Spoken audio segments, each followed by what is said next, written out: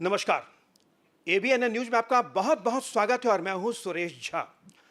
Corona महामारी के बीच जो ये वैक्सीन आई है वो किसी संजीवनी से कम नहीं है।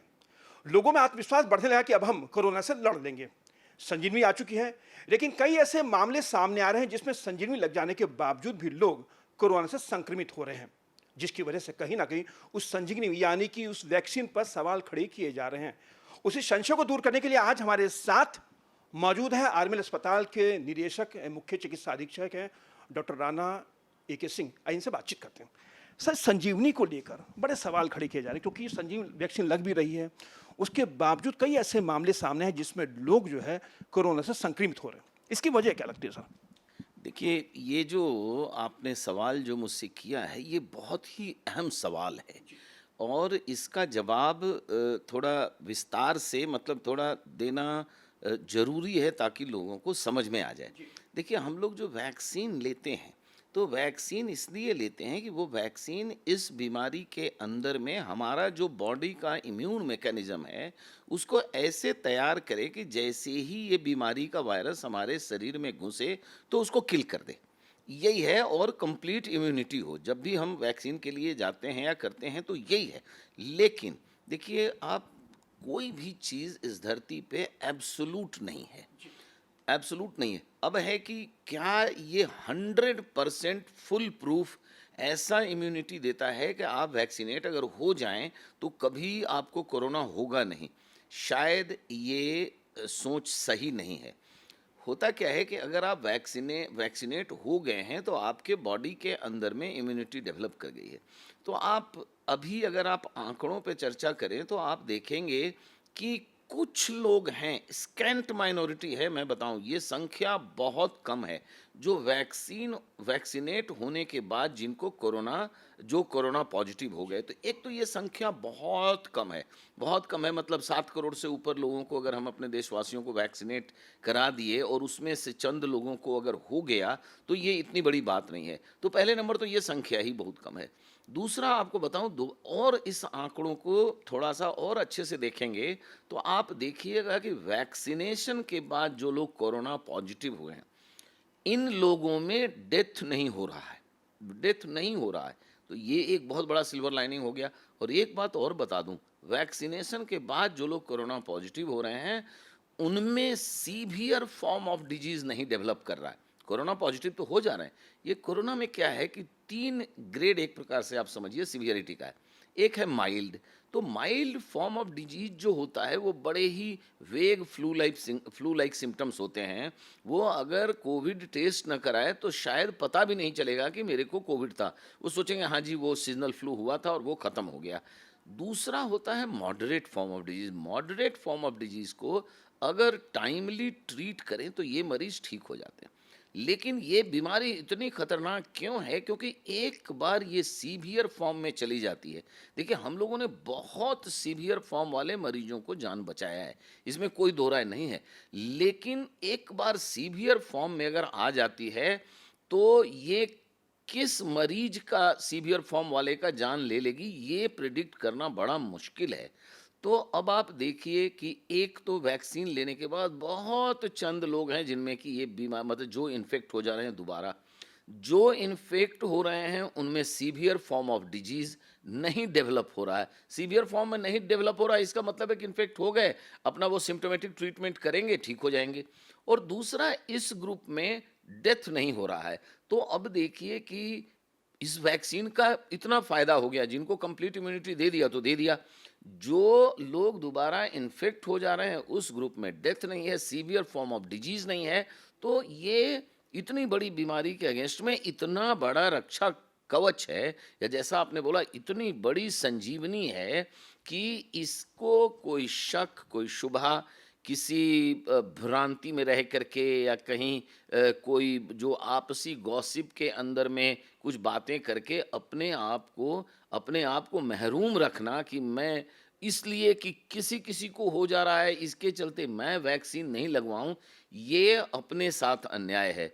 तो मैं अपने दर्शकों को एक ही बात कहना चाहूँगा कि जब भी उनको मौका मिले, जब भी उनका टर्न आए, आगे बढ़ के तुरंत अपने आप को वैक्सीनेट कराएं और वैक्सीनेट करा लेंगे, खुद महफूज रहेंगे, परिवार महफूज रहेगा, समाज महफूज रहेगा, देश महफूज रहेगा।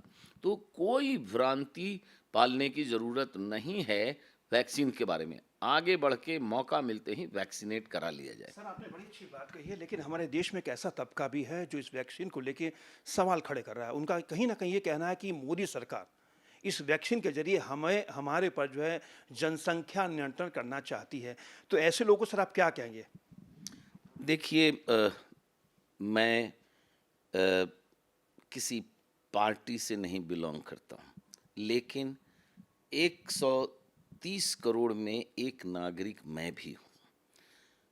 अच्छे जज्बे से अगर कोई काम करता है और उस पे अगर कोई प्रश्न चिन्ह लगाता है, ये मुनासिब नहीं है। आप देखिए, पूरे विश्व में डंका बज रहा है भारतवर्ष का इस कोरोना के मैनेजमेंट, मतलब जो ओवरऑल मैनेजमेंट है।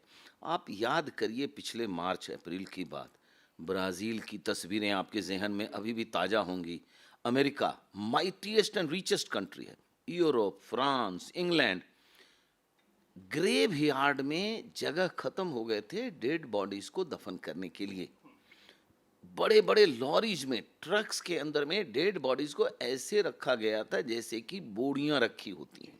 तो इतना भयावह वैश्विक परिदृश्य में ये कोरोना का मंजर था। देखिए, हम लोगों के यहाँ भी लोग कोरोना से पीड़ित हुए हैं, हमारे यहाँ भी लोगों की कोरोना से जान गई है, मैं ये नहीं कह रहा हूँ नहीं गई है, लेकिन वो मंजर हमारे देश में नहीं देखने को मिला है। क्यों? क्या कोई चमत्कार हुआ है? मैं कहता हूँ, समय रहते जो फैसले किए गए, जैसे जो लॉकडाउन किया गया और जो रेस्ट्रिक्शंस लगाए गए, वो उसी का नतीजा है। आप देखिए, लॉकडाउन के बारे में दिक्कतें तो आई हैं लोगों को। एक बोलते हैं कि there will be no gain without pain. दिक्कतें तो आनी ही थी, दिक्कतें तो आई हैं, लेकिन वो मंजर ब्राज़ील वाला, अमेरिका वाला, फ्रांस वाला, जान बची हमारे लोगों की। तो अगर जान बची है तो उससे बड़ी चीज़ क्या हो सकती है? मैं आपको बताऊं, लॉकडाउन के बारे में आपको एक छोटी सी चर्चा करता हूँ। लॉकडाउन का क्या मतलब होता है कि एक जगह से दूसरे जगह आप आ जा नहीं सकते। अब इसका कैसे फ़ायदा होगा? फ़ायदा ऐसे होता है कि बाई चांस आप कोरोना से इन्फेक्टेड हैं, तो अगर आप मान लीजिए कि ट्रेन में बैठ करके यहाँ से आपसे दिल्ली से हावड़ा आप ट्रेवल करिए, तो वो रास्ते में जितने मुसाफिर होंगे, जितने ट्रेन में काम करने वाले लोग होंगे, फिर आप हावड़ा जाएंगे, तो ये कोरोना बीमारी आप हर जगह इसको आप स्प्रेड करते जाइएगा। तो अगर आपको एक जगह स्थिर कर दिया गया, तो अब क्या है कि अब इसका जो इन्फेक्शन जो है वो इतना स्प्रेड नहीं होगा। तो जितनी जो भी चीज़ें करी गई हैं उनका फ़ायदा हमको जान की रक्षा के रूप में मिला है। और अब रही बात कि ऐसी बात कहने का, जैसा मैं कह रहा था कि भारत की छवि वैश्विक परिदृश्य में इतना ऊंचा हो गया है कि मैं आपको बताऊं, शायद न्यूक्लियर जो एक्सप्लोजन के बाद जो बड़े बड़े कंट्रीज की जिनकी हम बात करें ना, उनकी छवि उतनी बड़ी नहीं हुई होगी।